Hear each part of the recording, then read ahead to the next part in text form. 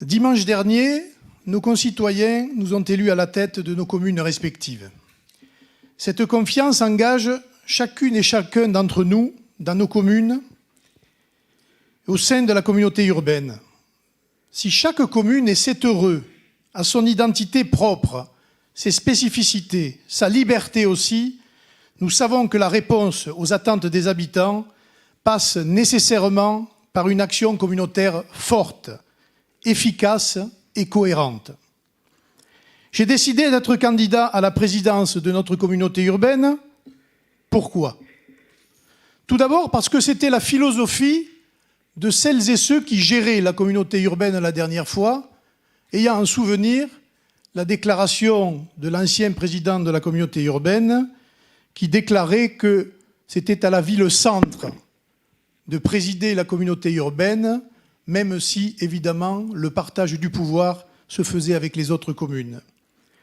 Ce choix n'est pas motivé pour des raisons politiciennes ou des ambitions personnelles. Il s'agit là d'un fruit d'une longue réflexion, d'un diagnostic sur la situation de notre territoire, sur la situation juridique de notre collectivité et sur les attentes des habitants. Sur la réalité aussi de ce que représente la ville-centre au sein de notre communauté. Et je vais rappeler quelques chiffres.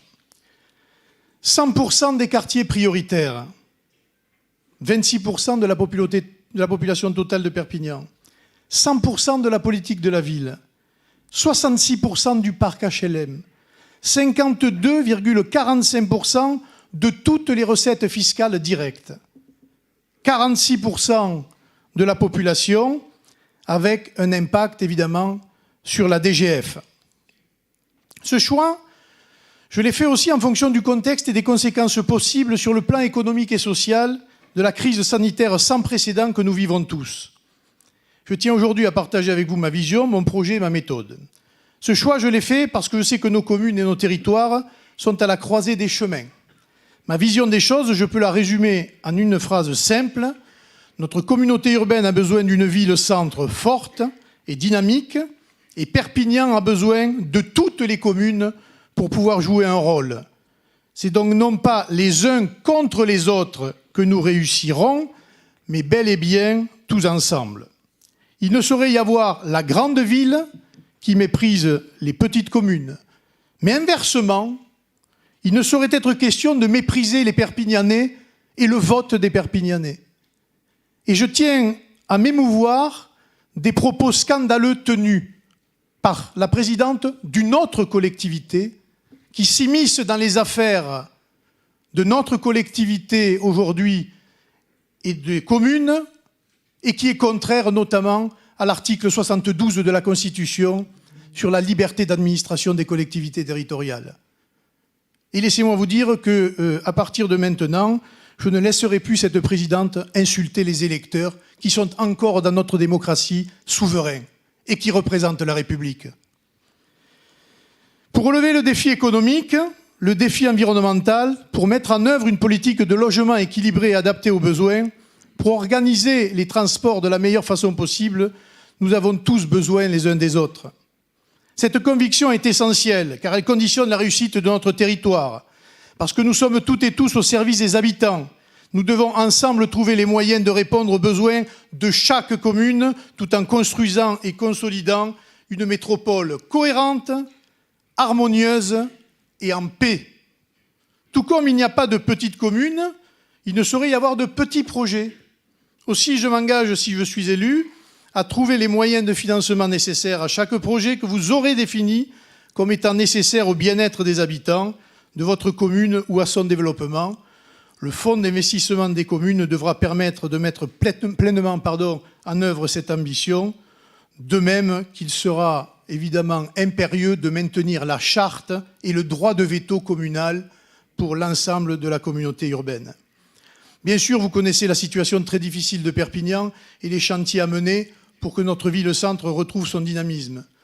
Pour autant, il serait simplement suicidaire de relever ces défis sans prendre pleinement en compte les besoins de l'ensemble de nos communes.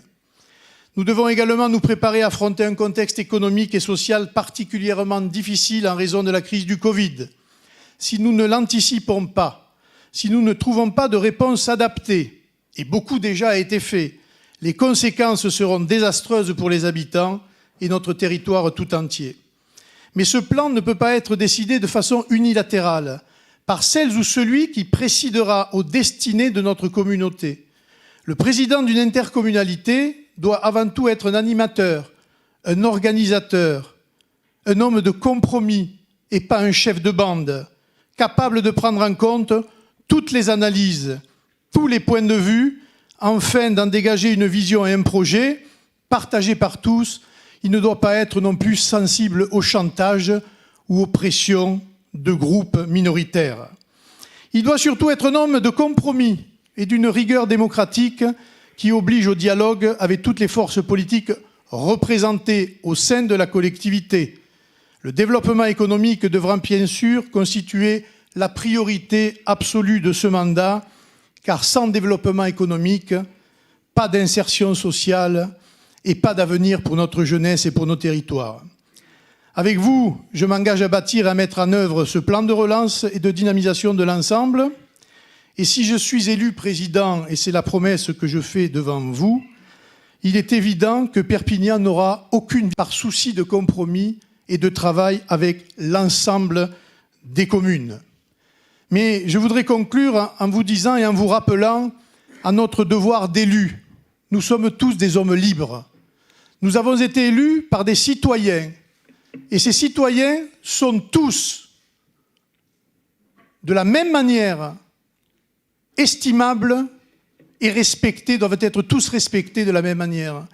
Et je dois dire là encore, et j'en termine, que j'étais extrêmement choqué d'un certain nombre de propos qui visent comme ça, a priori, sans discussion, sans dialogue, et par pure, j'allais dire, fantaisie d'intérêt la plupart du temps, faussement idéologique, à exclure la ville-centre de l'ensemble de la communauté urbaine. Laissez-moi vous dire que nous serons, avec ma majorité, mais je sais avec de nombreux maires de l'agglomération, particulièrement attentifs à cela, parce qu'il ne faudrait pas que ce début de mandat à la communauté urbaine commence par un déni de démocratie. Je vous remercie.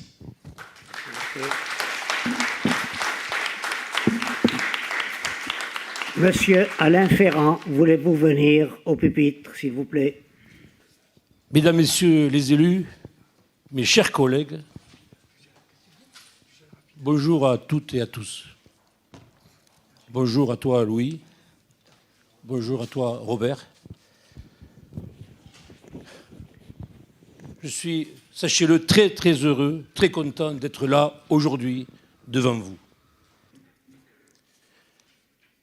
Je souhaite tout d'abord remercier toutes celles et ceux qui ont pris du temps pour m'écouter. Déjà au téléphone, puisque j'ai l'honneur de vous avoir au téléphone. Qui ont pris le temps aussi lors des réunions également de m'écouter. Ça a été rapide, mais on m'a quand même écouté. Ceux qui ont pris aussi le temps de me recevoir dans leur mairie.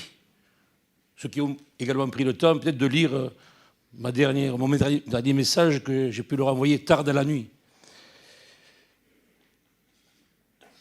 Je voudrais vous dire que tout ça, cette petite campagne très courte a été, je dois l'avouer, une rencontre, je dirais, enrichissante et très, très motivante.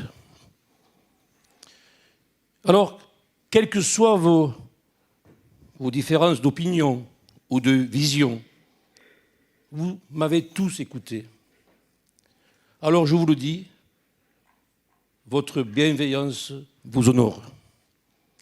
Et je voudrais que vous sachiez que par vos nombreux encouragements et votre reconnaissance, eh bien, je vous le dis, vous avez porté ma candidature. Mesdames, Messieurs, mes chers collègues, eh bien, je vous le dis, cette candidature, je vous la dois. Et si je suis ce matin devant vous, c'est pour qu'ensemble, on soit fiers de l'avenir. Cette communauté urbaine, qui est aussi, comme j'aime le dire, une véritable communauté humaine, est composée de différences, nous le savons. Et c'est sa force. C'est sa force. Elle compte des femmes et des hommes avec des vraies valeurs. D'ailleurs, ceux qui me connaissent bien savent savent que j'ai toujours porté en moi une valeur fondamentale. Je dis bien une valeur fondamentale, c'est le respect des différences. Alors, ma candidature. Eh bien, ma candidature, elle est libre, tout simplement. Elle est libre, et d'ailleurs, comme vous d'ailleurs, vous êtes tous libres ici, tu l'as rappelé, Louis, c'est une candidature d'idées, une candidature d'innovation et une candidature, je vous le dis, de projet. Je vous propose, mes chers collègues, pour les 6 années à venir, une gestion dans le consensus, l'écoute et je dirais aussi le respect mutuel. Je vous propose une méthode, une gestion apaisée, une gestion simple et efficace, et surtout en toute transparence. Alors, je vous le promets, je vous impliquerai toutes et tous, et ce sera, grâce à ça, une réussite collective, et j'en suis sûr, vous en serez tous fiers.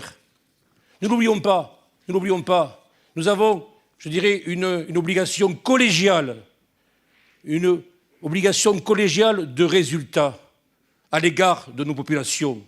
Et vous savez que les attentes sont nombreuses et exigeantes. Alors, ensemble, nous formerons, je l'espère, une communauté urbaine de tous les possibles, une communauté urbaine forte, belle et solidaire. Alors, puisqu'il faut être court, Monsieur le Président, je terminerai par vous dire, il faut croire en vous, il faut croire en vos propres idées, croire de tout votre cœur que ce qui est vrai pour vous est vrai pour toutes les femmes et les hommes que vous représentez au nom de votre commune. Je vous remercie. Merci. Monsieur Villa. Mesdames les conseillères communautaires, messieurs les conseillers communautaires, chers collègues, nous voilà au seuil d'une nouvelle mandature pour notre communauté urbaine Perpignan Méditerranée Métropole. Il est une priorité pour moi de rappeler la nature profonde de cette collectivité. Cette assemblée, elle regroupe des représentants élus des 36 communes qui composent notre territoire. Elle n'est nullement une assemblée politique ou une assemblée de représentation de partis. Elle est simplement l'émergence d'élus qui représentent ici leurs communes respectives dans l'intérêt général d'un territoire qui est Perpignan Méditerranée. Ce territoire, il a des arguments. Beaucoup de services, comme la collecte des déchets, le transport en commun, beaucoup d'investissements, de projets, d'actions qui ont été réalisés durant ces dernières années. Il faut le reconnaître ici et saluer l'investissement des agents de notre communauté urbaine. Pour moi, il est impératif de poursuivre et dynamiser ce travail de fond dans chaque commune. Il est impératif, notamment en prévision de la crise économique qui s'annonce dès la rentrée, que la communauté urbaine continue d'investir et de soutenir l'action des 36 communes sans exclusion. C'est dans cet état d'esprit d'équité, de justesse, que s'inscrit ma candidature à la présidence de Perpignan Méditerranée Métropole, communauté urbaine. Nos villes, et plus particulièrement les maires, doivent y jouer un rôle essentiel. Pour cela, les maires doivent conserver le pouvoir de décision dans leurs communes respectives. Ils devront participer, organiser, valider et piloter, avec le soutien des services de la communauté, les actions et les investissements qui se feront sur leur commune. Je souhaite une communauté urbaine au service de nos villes et villages. Les élus municipaux, dans leur ensemble, doivent aussi se sentir associés aux orientations mises en place par l'intercommunalité. Pour créer l'esprit communautaire, il faut l'adhésion de tous, un projet commun de territoire et le soutien de tous nos partenaires institutionnels, départements, région, État. Des atouts, notre territoire en a beaucoup. Notre situation géographique, comme département transfrontalier, nos villes balnéaires, nos zones économiques, notre agriculture, nos différentes vallées et nos ressources en matière environnementale et d'énergie renouvelable en sont les principaux. Notre communauté urbaine et son territoire doivent être attractifs et favoriser l'accueil de nouveaux investisseurs économiques.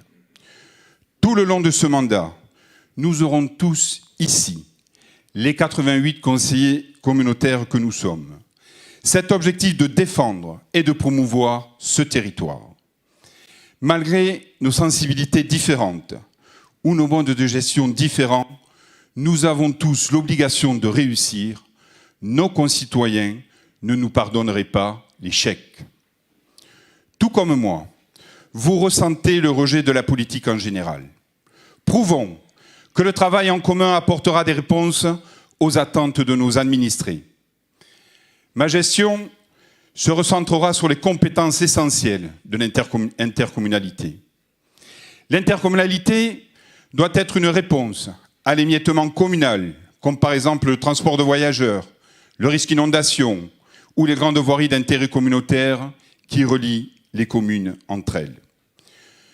Cela doit se faire tout en assurant une gestion financière saine de nos budgets et en évitant de pressuriser encore une fois de plus les contribuables. Ces actions de Perpignan Méditerranée, il faut les faire connaître. Notre communication doit être étendue, accentuée et impactante, sans toutefois tomber dans le bling-bling ou le démesuré. Si nous devons mettre en lumière aux yeux de tous notre communauté, ce n'est pas la personne du président qui doit être sous les feux de la rampe, mais bien la dynamique de Perpignan Méditerranée. J'agirai avec la discrétion et l'efficacité qui me caractérisent, et je ne chercherai pas à avoir la meilleure place pour la photo de famille. Par contre, moi, comme j'ai pu vous le démontrer durant ces précédents mandats, je serai au travail. Je sais, mes chers collègues, que le sourire n'est pas le meilleur de mes arguments, et notre quotidien local vous l'a encore rappelé ce matin, et que mon caractère un peu rugueux peut parfois déranger. Mais pour ceux qui me connaissent, vous connaissez tous ma disponibilité, ma bienveillance, mon sens du respect et du travail à accomplir. Élu maire de Saint-Estève en 2010, dans un climat politique extrêmement tendu, j'ai su rassembler, apaiser, et grâce à une gestion rigoureuse, j'ai ramené la sérénité et le dynamisme dans notre ville de Saint-Estève. J'ai cette volonté pour notre communauté urbaine. Je travaillerai avec tous les maires pour lesquels je souhaite que nous soyons tous membres du bureau de la communauté pour une gestion transparente et rigoureuse de l'argent public, parce que c'est au bureau des maires que se prennent les décisions de gestion. Il ne pourrait être pour moi en être autrement. Chers collègues, soyez assurés de toute ma détermination et de mon engagement au service de nos 36 communes et de nos 270 000 habitants. J'espère vous avoir convaincu de mes intentions et je sollicite donc votre confiance. Je vous remercie. Nous allons donc préparer l'élection de la future présidente, et là ce sera que du futur président puisqu'il n'y a pas de dame, et je le regrette. Alors, résultat du scrutin. Nombre d'enveloppes 88, émargement 88, bulletin nul 1, bulletin blanc 1, suffrage exprimé 86. Ont obtenu, toujours par lettre alphabétique, Monsieur Louis Alliot, 30, Monsieur Robert Villa, 38, Monsieur Alain Ferrand, 18. Donc la majorité absolue étant de 45, nous allons procéder à un deuxième tour de scrutin. Monsieur le Président, je demande une suspension de séance. Accordé. Monsieur Ferrand voudrait faire une déclaration. Chers collègues, il y a un score, il y a un vote. Il faut accepter les forces, il faut accepter le scrutin. Moi-même, vous le savez, je suis contre les dénis de démocratie. Tout à l'heure, je vous ai fait un propos introductif, ma volonté de... C'était mes valeurs, le respect des différences. Il faut accepter, c'est comme ça, c'est la démocratie. J'ai essayé de, tout seul, devant vous, librement, comme j'ai fait il y a quelques années au Barcarès. Je suis arrivé, j'ai cru à ce territoire, je n'étais pas d'ici, je suis arrivé de l'Aveyron. Quand j'ai souhaité m'engager, tout le monde m'a dissuadé. J'ai cru, je suis allé jusqu'au bout. Je pense avoir réussi, seul, grâce aux gens qui m'ont fait confiance. Beaucoup de personnes, bien sûr, n'ont pas accepté au départ, pour des caricatures que beaucoup sont régalés d'essayer de me créer sur moi. Je me suis battu, j'ai cru, parce que j'ai mes convictions, j'ai ma force, j'ai ma volonté. Je pense que j'ai su faire briller ma ville. Je me suis engagé depuis 1989. On voyait ce bout de terre du Barcarès toujours comme une ville de la Salanque, un peu oubliée, où il n'y avait pas d'avenir. J'ai cru, contre la vie de tout le monde, parce que moi je ne crois pas au scénario écrit, je vous l'ai dit aussi, je vous l'ai écrit. Et je pense que j'avais, je vous le dis, une ambition, pas personnelle, mais je portais à moi, d'essayer de faire aussi briller notre communauté urbaine, parce que j'y crois. Je crois que cette communauté urbaine a tout pour réussir, elle a tous les atouts, et je pense que souvent on est passé à côté. Voilà. On est passé à côté parce que je pense qu'il n'y a pas eu assez d'écoute, il n'y a pas eu assez d'attention et de respect. Il n'y a pas eu assez de respect, je pense que l'élément essentiel c'est le respect. Et moi aujourd'hui, je respecte le suffrage, votre suffrage, vous êtes des grands électeurs, vous avez choisi. Aujourd'hui, ce n'est pas une fin en soi. Il y a 6 ans, je pense que nos populations attendent beaucoup de nous. Ils nous donnent des mandats. On n'a pas le droit de les décevoir. Notre jeunesse, le secteur entrepreneurial, les concitoyens en général attendent de nous beaucoup. Et je crois qu'il faut, Louis, Robert, il faut qu'on fasse une démonstration qu'on sait travailler ensemble. On doit travailler ensemble. Hein. On doit travailler ensemble, je vous le dis. Ne passons pas à côté. Et moi, je veillerai, et c'est la seule condition que j'accepterai d'être peut-être le premier vice-président, si vous le voulez bien, mais j'accepterai. Je n'y resterai pas s'il n'y a pas le respect des personnes. Et moi, aujourd'hui, Perpignan, pour moi, c'est un message fort qui a été donné par les Perpignanais, la ville-centre. Et on se doit, je dis bien on se doit, de respecter et d'honorer la légitimité du suffrage universel. Ça, c'est pour moi une base essentielle. C'est la condition dans laquelle j'accepterai de travailler cette équipe-là, à condition que tous les équilibres soient respectés et que tout le monde soit autour de la table des décisions. Parce que, moi, tous les maires devront être là, je dis bien tous les maires. Or, ce n'est pas l'histoire de vice-présidence ou de conseil ou de délégation ou autre. L'intérêt, c'est d'être tous là, on a tous une voix à porter, dès lors que c'est pour l'intérêt général, dès lors que ce n'est pas pour gesticuler, mais que c'est uniquement pour construire et entreprendre. Voilà, notre notion, c'est ça, c'est entreprendre et construire. C'est ce qui m'anime, c'est ce qui me motive, c'est mon essence même. Tout à l'heure, je ne sais pas, quelqu'un a parlé d'un temps d'avance. C'est vrai que je pense qu'il y a, par rapport à la compétition qui nous attend, parce que tous les territoires sont dans cette compétition, tous les territoires doivent réussir déjà la relance économique, bien sûr, mais il y a une vraie compétitivité des territoires, et ça, je crois qu'on doit être fort. On doit vite se mettre au niveau. Il faut arrêter de penser qu'on est moins bon que les autres. On doit être meilleur, et on le sera, les meilleurs. On le sera parce qu'on a tous des valeurs différentes, certainement, mais notre valeur, c'est là. D'abord, on a l'amour de ce territoire, et on le réussira ensemble. Voilà. Donc, mesdames, messieurs, moi, mon souhait le plus cher, c'est que vite, on soit au niveau de tout le monde, et que surtout, on ait un temps d'avance par rapport aux autres. Voilà ce que je voulais vous dire aujourd'hui très sincèrement. Donc, pour cela, il faut une équipe recomposée, qui tienne compte de tout le monde, hein, qui respecte tout le monde, j'insiste bien, et qui se mette au travail. Voilà. Je voudrais qu'il y ait une gestion apaisée, Et elle le sera parce que, en ce qui me concerne, je ferai tout pour que tout le monde soit respecté. Ne nous trompons pas, on n'est pas à l'Assemblée nationale, on n'est pas au Sénat, on est une assemblée où, à mon avis, les partis, les cartes de parti doivent rester au vestiaire, d'accord? Et ici, il faut qu'on parle tous l'intérêt de notre territoire, qui est fabuleux. Notre parti, c'est la communauté de communes, enfin la communauté urbaine, pardon. Et ça, je pense que la place des idéologies n'a pas lieu d'ici. Perpignan fera sa ville, fera sa politique à Perpignan. Moi, je continuerai à faire ma politique à Port-Barcarès. Robert, tu continueras à faire ta politique pour laquelle tu as été élu à Saint-Estève. Et je pense que pour le maire que je félicite de Perpignan, il a une grande tâche devant lui. Je sais qu'il réussira parce que je sais à lui qu'il a cette volonté-là. Et bien moi, je serai le premier aussi à l'aider parce que je pense que les projets n'ont pas de frontières. C'est tout un territoire et ce territoire, il doit être équilibré. Voilà. Donc moi, vraiment, je ferai tout, je vous le dis, je ferai tout pour que dans cette assemblée, on retrouve l'apaisement. Il ne s'agit pas d'aller au second tour, au troisième, pour encore essayer de créer des tensions. Je pense que plus les tensions sont fortes, plus les plaies sont ouvertes, plus c'est difficile de les cicatriser.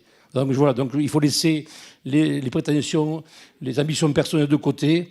Et je dis, tout à l'heure je vous l'ai dit, les attentes de nos populations sont très importantes et très exigeantes. Et ils ont mis raison, parce qu'ils nous ont confié leur confiance et il faut qu'on soit digne de leur confiance. Merci, donc je me retire de ce scrutin. Et mesdames, messieurs, donc, je vous laisse donc passer au vote. Merci. Merci, M. Ferrand. Quels sont les candidats, puisqu'il y a un second tour? Monsieur Louis Alliot. Monsieur Robert Villa. Et Monsieur Villa. Est-ce que vous voulez dire quelque chose? Non. Nous allons donc passer au scrutin. Alors donc les résultats de cette élection. Deuxième tour. Nombre d'enveloppes dans l'urne 88. Nombre d'émargements 88. Un bulletin nul. 5 bulletins blancs. 82 suffrages exprimés. Majorité absolue 42, ont obtenu candidat Robert Villa 49, candidat Louis Alliot 33. Ce résultat étant immédiatement exécutoire, j'invite le président nouvellement élu à me rejoindre pour son installation.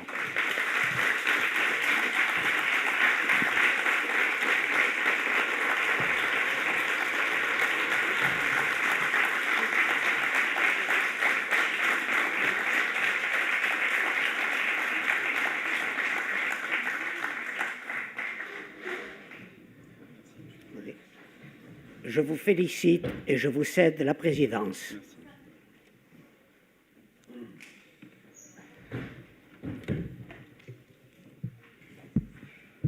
Merci, Monsieur le Doyen, pour la tenue de cette assemblée et pour l'organisation de ce vote de la présidence. Merci, Monsieur le Président sortant, cher Jean-Marc, pour les mots que tu as dit en cette ouverture d'installation du Conseil communautaire et rappeler tout le travail qui avait été fait pendant la précédente mandature. Mes chers collègues, merci tout d'abord à vous tous pour votre confiance de me confier cette responsabilité aujourd'hui de la présidence de Perpignan Méditerranée Métropole. Il est utile de vous préciser que l'expression et les résultats que nous venons d'avoir démontrent une fois de plus l'obligation que nous avons de travailler tous ensemble. Je vous l'ai dit dans mes propos introductifs, je ne le voyais pas autrement. Nous sommes tous unis par ce territoire, les intérêts de nos communes se croisent et nous avons tous cette volonté de vouloir aller plus loin et de défendre ce territoire. Aujourd'hui, le message que vous m'avez confié est clair. Travaillons ensemble, constituons une équipe soudée, unie, pour défendre les arguments de ce territoire et pour défendre ses valeurs. Je vous le dis aussi, les Perpignanais, comme tous les autres habitants des 35 communes, ne seront pas oubliés. Loin de moi, monsieur le maire, cette pensée.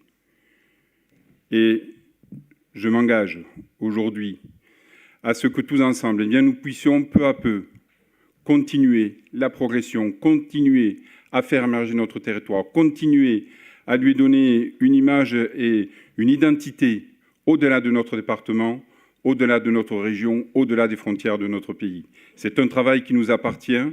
Cette communauté urbaine est maintenant grandie peu à peu. Elle a atteint un âge adulte et il nous appartient à tous maintenant d'être des grands garçons et des grandes filles, d'être responsables et de prendre notre avenir en main.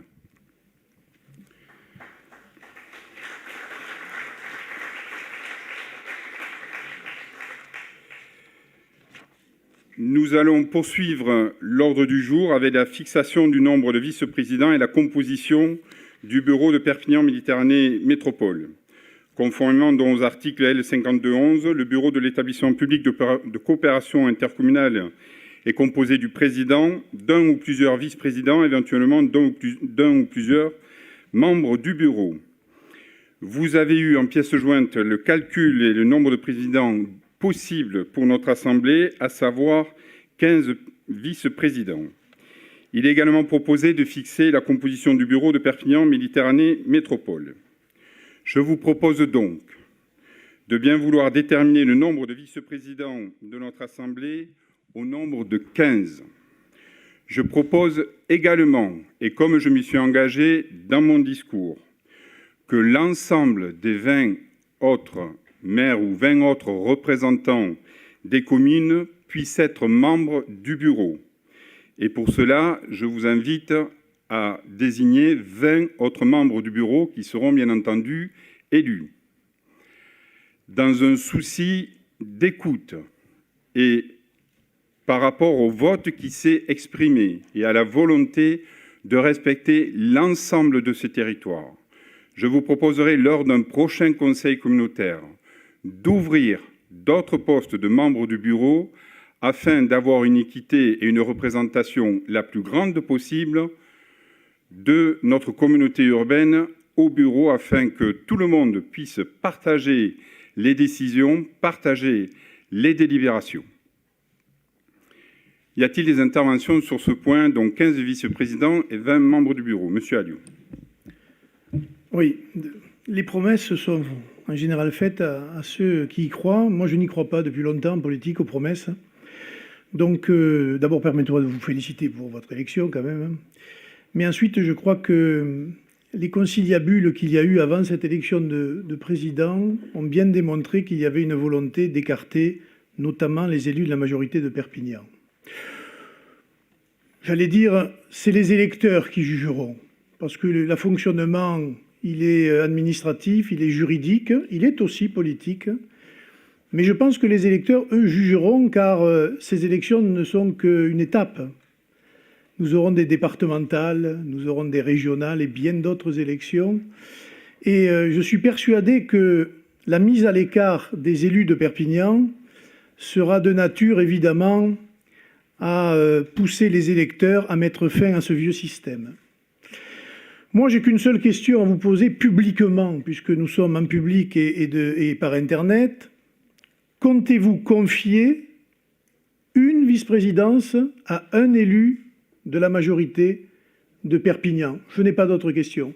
Pour le reste, c'est, j'allais dire, une délibération normale. Monsieur le maire, tout d'abord, les électeurs vont juger les élus sur leur capacité de travail.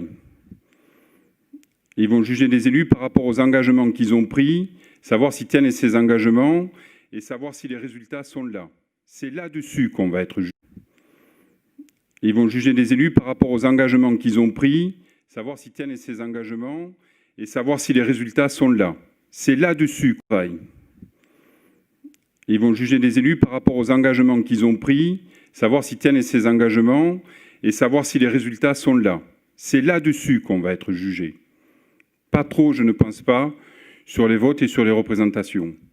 Mais nous tous, les maires, et vous débutez dans cette nouvelle fonction, et permettez-moi à mon tour de vous adresser mes sincères félicitations, nous tous les maires, nous sommes toujours jugés tout au long de l'année, pas seulement tous les 6 ans, mais tout au long de l'année, sur les actions que nous menons sur le terrain.